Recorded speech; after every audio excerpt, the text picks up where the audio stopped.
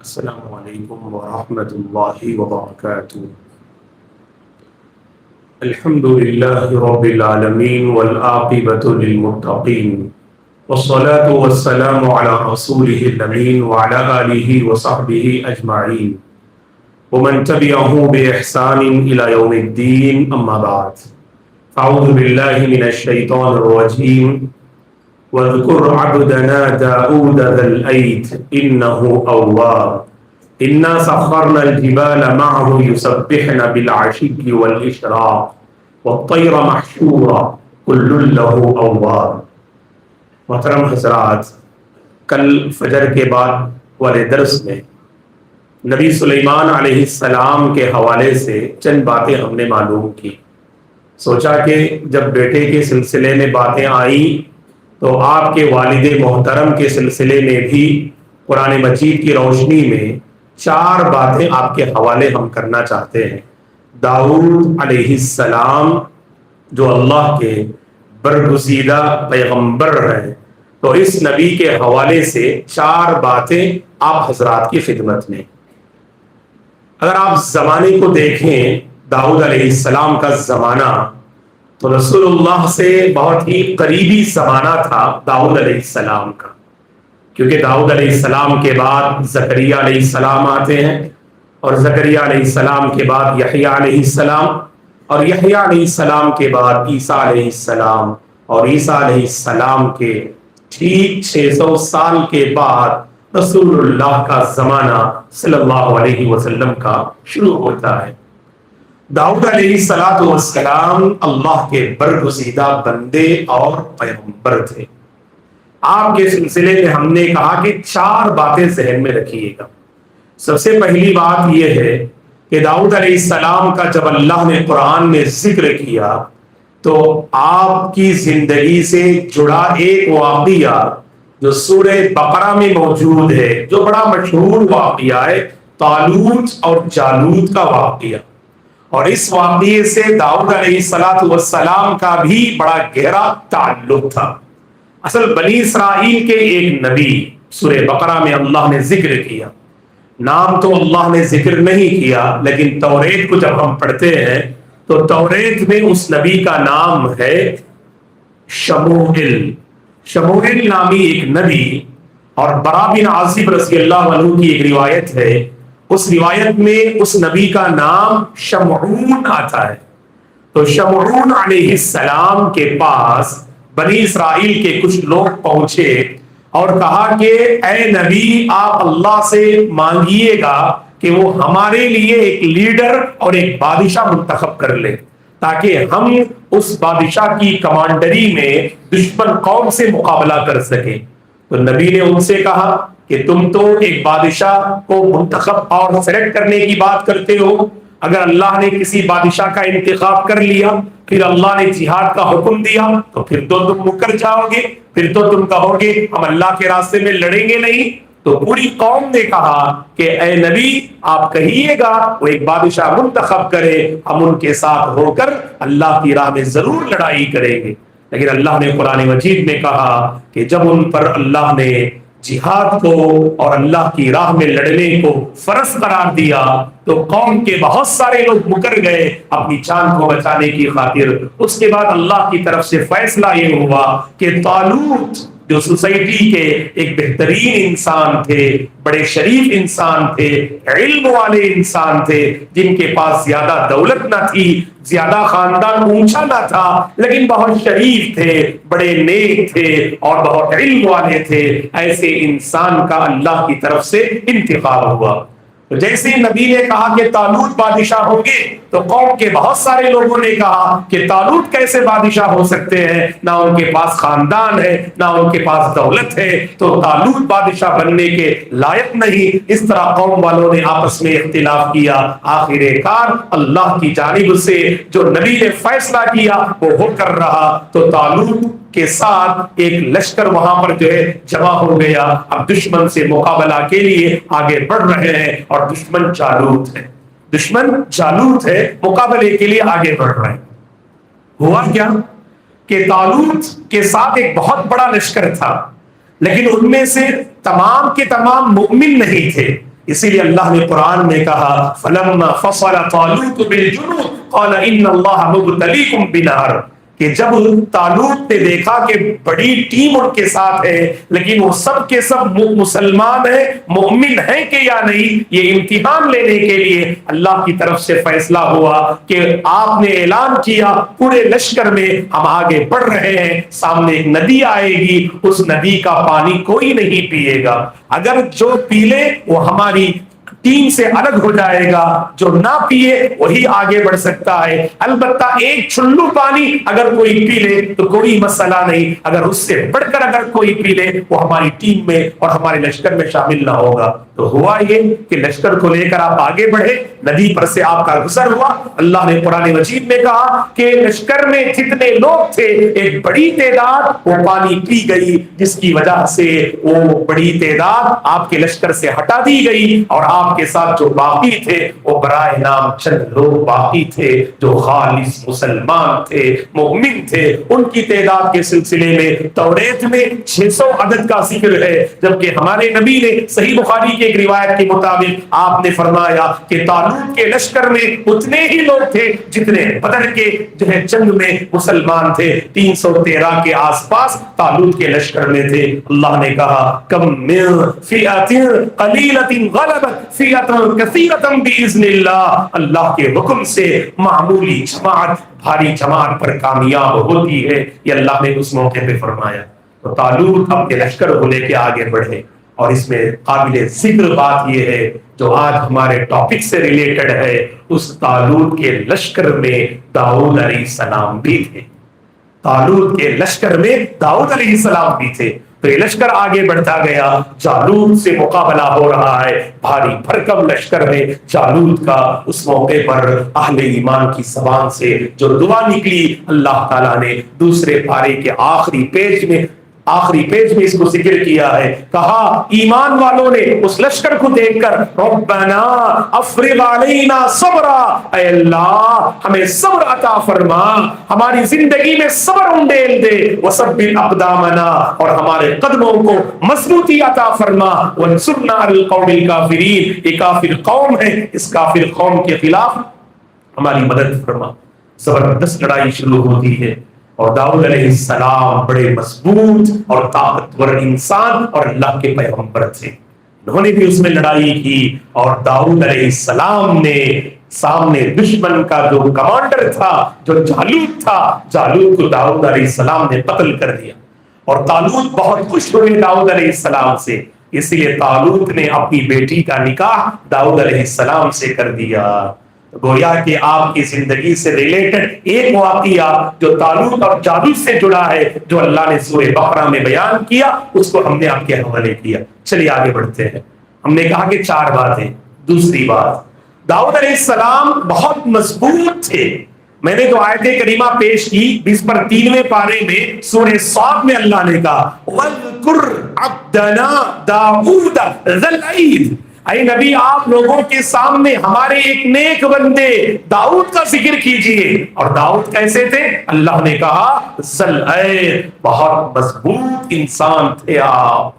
اور مفسرین نے لکھا ہے آپ جو مضبوط تھے وہ 2 اعتبار سے، جسمانی حساب سے بھی مضبوط تھے اور روحانی حساب سے بھی بہت مضبوط تھے. اللہ سے بھی بڑا گہرا تعلق تھا آپ کا. اور جسمانی حساب سے کیسے مضبوط تھے؟ اللہ تعالیٰ نے 22ویں پارے میں نقل کیا وَأَلَّنَّا لَهُ الْحَدِيدَ، داؤد علیہ السلام کی یہ خوبی تھی اپنے ہاتھ سے لوہے کو جدھر چاہے ادھر جو ہے مروڑ دیا کرتے تھے، آسانی سے جو ہے اپنے ہاتھ سے لوہے کو نرم کر دیتے تھے. حالانکہ ہم جانتے ہیں لوہے کو نرم کرنے کے لیے اسے گرم کرنا ہوگا، اسے تپانا ہوگا، اس کے بعد لوہا نرم ہوتا ہے. اللہ نے قرآن میں کہا وَأَلَنَّا لَهُ الْحَدِيدَ، ہم نے داؤد علیہ السلام کے لیے اس لوہے کو نرم کر دیا. اپنے ہاتھ سے لوہے کے ذریعے کئی سامان تیار کرتے تھے اور اپنے ہاتھ کی کمائی سے آپ کھاتے تھے. ہمارے نبی نے تعریف کی داؤد علیہ السلام کی صحیح بخاری کی حدیث ہے کہ داؤد علیہ السلام اپنے ہاتھ کی کمائی آپ کھایا کرتے تھے. گویا کہ اللہ تعالیٰ کو وہ روزی بہت پسندیدہ ہے جو انسان محنت کر کے کمائے, جو محنت کر کے کھائے. اللہ کو وہ روزی بہت پسندیدہ ہے. اس میں رول ماڈل داؤد علیہ السلام ہے, اور اللہ نے آپ کو یہ خصوصیت دی کہ لوہے کو نرم کرنا ہاتھ کے ذریعے سے, اور کئی چیزیں آپ تیار کرتے تھے آپ. چلیے آگے بڑھتے ہیں. آپ کی زندگی کی تیسری بات اور تیسری اہم خصوصیت, بہت پرہیزگار اللہ کے بندے تھے آپ. اللہ نے بادشاہت دی, اللہ نے آپ کو نبوت سے سرفراز کیا. جہاں آپ اللہ کے نبی تھے وہیں آپ بادشاہ بھی تھے. جیسے سلیمان علیہ السلام بادشاہ بھی تھے, پیغمبر بھی تھے, ویسے ہی آپ کے والد بادشاہ بھی تھے اور پیغمبر بھی تھے. لیکن دوستو, نعمت ملی, بادشاہت ملی, طاقت ملی, پاور ملا تو اللہ کو نہیں بھولے گا. ہماری کمزوری کیا ہے معلوم؟ جیسے جیسے کچھ عہدہ ملتا ہے, کوئی ذمہ داری ملتی ہے, کوئی پاور ملتا ہے, ہماری زندگی سے عبادتیں رخصت ہوتی ہیں. دوستو نہیں, شکرانے کے طور پر ہمارے نبی راتوں میں اللہ اکبر میں عائشہ ام المؤمنین ام عبداللہ صدیقہ بنت الصدیق رضی اللہ عنہا فرماتی ہے, بہت لمبے لمبے سجدے آپ کیا کرتے. سجدے میں سسکنے کی آواز سنتے, رونے کی آواز میں عائشہ سنتی. نماز سے فارغ ہونے کے بعد اللہ کے نبی سے ماں عائشہ نے پوچھا, اے اللہ کے نبی, عبادت میں اس قدر خود کو تھکاتے کیوں ہیں, اس قدر آپ عبادت میں آپ منہمک کیوں ہوتے ہیں؟ اللہ نے آپ کے اگلے پچھلے سارے گناہوں کو معاف کر دیا, پھر بھی آپ عبادت میں اس قدر محنت. ہمارے نبی نے کیا جواب دیا دوستو؟ افلا اکون عبدا شکورا. اے عائشہ, اتنی نعمتیں جو اللہ کی ملی ہے مجھے, کیا میں اللہ کا شکر گزار بندہ نہ بنوں؟ اسی لیے دوستو پیغام یہ ہے, جب نعمت ملتی ہے عبادت کم نہیں ہونا, عبادت اور ہونا اور ہونا اور آگے آنا ہے کہ نہیں. اللہ سے مانگو. جیسے جیسے انسان مصروف ہوتا جاتا, ذمہ داری بڑھتی جاتی, سمجھتا کیا ہے, خود کو عبادت سے الگ کرنے کی کوشش کرتا ہے. داؤد علیہ السلام دیکھو, بڑی بڑی ذمہ داریاں, بادشاہت کی ذمہ داری اور اسی طرح سے نبوت کی ذمہ داری, باہر کی بہت ساری ذمہ داریاں. اس کے باوجود اللہ سے جو آپ کا تعلق تھا, ہمارے نبی نے اسے بیان کیا. اللہ کو پوری انسانیت میں اگر کسی کا روزہ بہت زیادہ پسندیدہ ہے تو داؤد علیہ السلام کا روزہ بہت پسندیدہ ہے پوری انسانیت میں. اتنی بڑی بات ہے یہ, صحیح بخاری مسلم کی حدیث ہے. ہمارے نبی نے فرمایا, کان احب الصیام الی اللہ صیام داؤد کان یصوم یوما ویفطر یوما. صحیح بخاری مسلم کی حدیث ہے. ہمارے نبی نے فرمایا, اللہ کو زیادہ پسندیدہ روزہ داؤد علیہ السلام کا روزہ ہے. داؤد علیہ السلام کیسے روزہ رکھتے تھے؟ ہمارے نبی نے فرمایا, ایک دن روزہ رکھتے تھے, ایک دن افطار کرتے تھے. ایک دن روزے کے ساتھ, ایک دن روزے کے بغیر, ایک دن روزے کے ساتھ, ایک دن روزے کے بغیر. اللہ اکبر. یہ روزہ اللہ کو بہت پسندیدہ ہے. ہماری شریعت میں بھی کیا ہے, کوئی بندہ پورا سال روزہ رکھنا چاہے, شریعت نے منع کیا. اسے صوم وصال کہتے ہیں. کہا کہ ایسا روزہ نہیں رکھنا چاہیے کہ پورا سال آپ روزے سے رہیں. اگر روزے کا اتنا ہی جذبہ ہے جیسے داؤد علیہ السلام روزہ رکھتے تھے, ویسے روزہ رکھو. ایک دن روزہ رکھو, ایک دن چھوڑ دو. تو جمعہ کے دن روزہ رکھنا منع ہے, لیکن اگر آپ صوم داؤدی کے پابند ہیں تو جمعہ کے دن بھی آپ روزہ رکھ سکتے ہیں. لیکن پرٹیکولر خاص جمعہ کے دن روزہ رکھنا اس سے منع کیا گیا. لیکن الحمدللہ ایک دن روزہ رکھنا, ایک دن افطار کرنا اگر آپ کی عادت ہے, جمعہ کے دن اگر آپ کی باری روزہ رکھنے کی آ جائے تو علماء کہتے ہیں جمعہ کے دن بھی روزہ رکھا جا سکتا ہے باذن اللہ. تو دیکھیے گا دوستوں, اللہ سے آپ کا تعلق دیکھیے گا. یہ تیسری بات کہ آپ کا روزہ پوری انسانی تاریخ میں ایک آئیڈیل روزہ تھا آپ کا. اسی لیے اللہ کے نبی نے فرمایا, رب کو ایسے روزے بہت پسندیدہ ہیں تو داؤد علیہ السلام کی طرح بندہ رکھے. اور آخر بات یہ ہے, اللہ تعالیٰ نے داؤد علیہ السلام کو اس ایک اہم خصوصیت عطا کی تھی, آپ کی وہ پیاری آواز. جب زبور پڑھتے تھے آپ, داؤد علیہ السلام پر اللہ نے زبور کو نازل کیا. جب زبور کی تلاوت کرتے تھے آپ, اللہ نے قرآن میں کہا پرندے بھی آ کے جمع ہو جاتے تھے آپ کے ساتھ.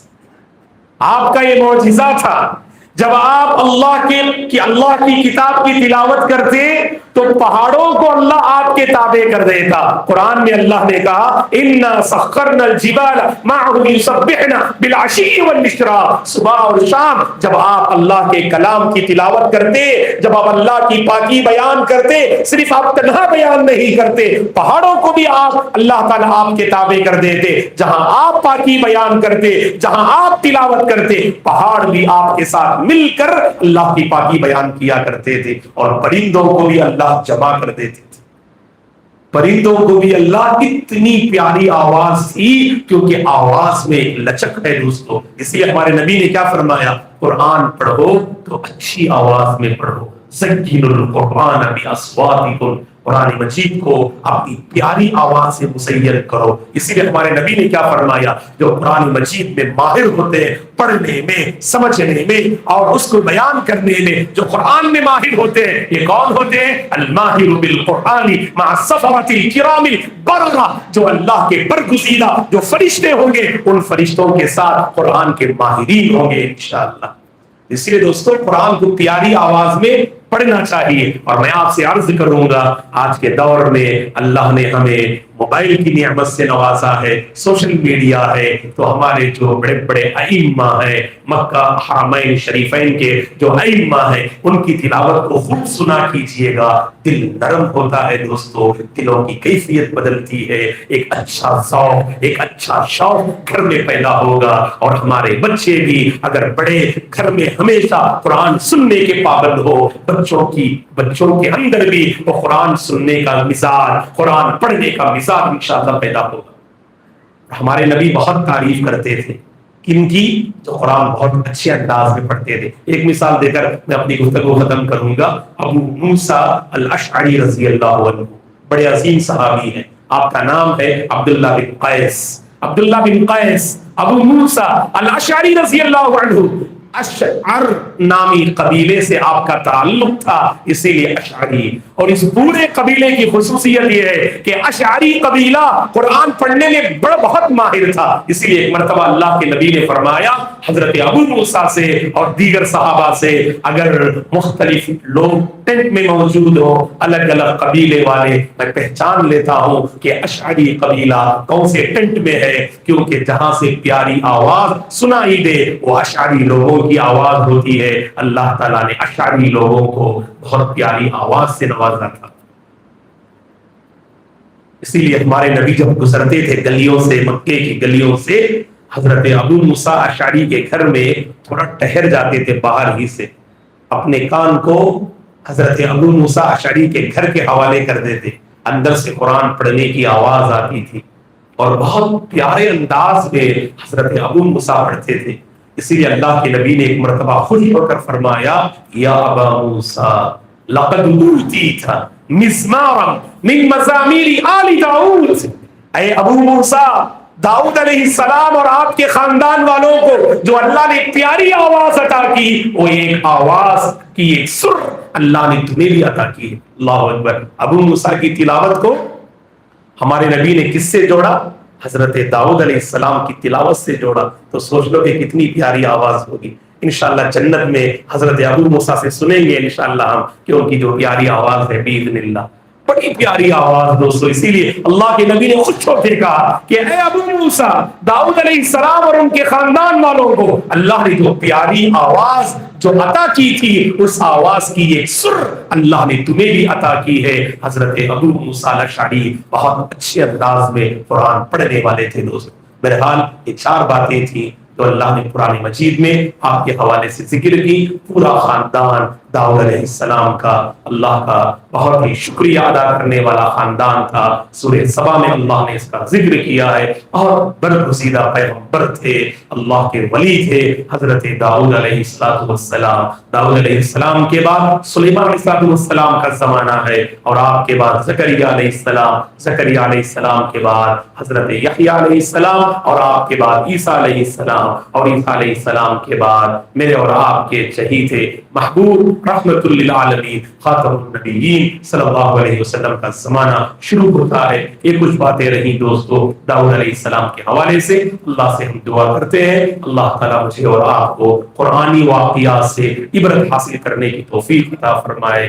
جیسے داؤد علیہ السلام اللہ کے برگزیدہ بندے تھے، ویسے برگزیدہ بندوں کی فہرست میں اللہ ہم سب کو شامل فرمائے۔ اللہ تعالیٰ ہم سب کو دیندار بنا دے، پرہیزگار بنا دے، متقی بنا دے۔ اللہ ہمارے دلوں میں اس کا حقیقی تقوی پیدا فرمائے۔ اللہ تعالیٰ ہمارے دلوں میں پروردگار ہمارے دلوں میں اس کی حقیقی پرہیزگاری پیدا فرمائے۔ جیسے داؤد علیہ السلام روزوں کے پابند تھے، ویسے اللہ تعالیٰ رمضان کے روزوں اور بقیہ مسنون روزوں کی پابندی کرنے کی اللہ ہم سب کو توفیق عطا فرمائے۔ اللہ ہمارے روزوں کو قبول فرمائے، اللہ ہمارے صدقہ و خیرات کو قبول فرمائے۔ اس مہینے میں ادا کی جانے والی ہر عبادت کو اللہ توفیق عطا فرمائے، اور جتنے دن باقی رہ گئے ہیں ان دنوں میں اللہ کو خوب منانے کی پروردگار ہم سب کو توفیق عطا فرمائے۔ عبادت کے ہر میدان میں بڑھ چڑھ کر حصہ لینے کی اللہ ہم سب کو توفیق عطا فرمائے۔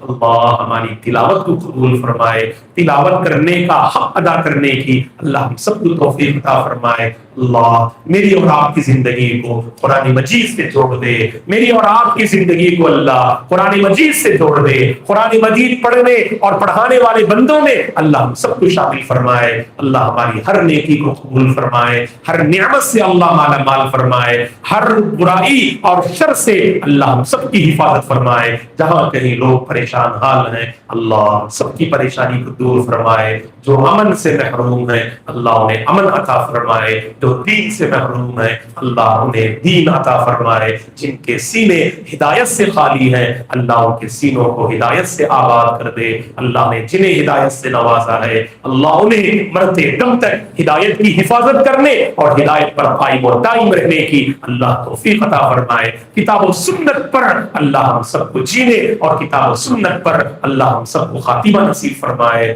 آمین۔ اقول قولی ھذا واستغفر اللہ لی ولکم ولسائر المسلمین من کل ذنب فاستغفروہ انہ هو الغفور الرحیم۔ سبحانک اللہم وبحمدک اشہد ان لا الہ الا انت استغفرک واتوب الیک۔ السلام علیکم ورحمۃ اللہ وبرکاتہ۔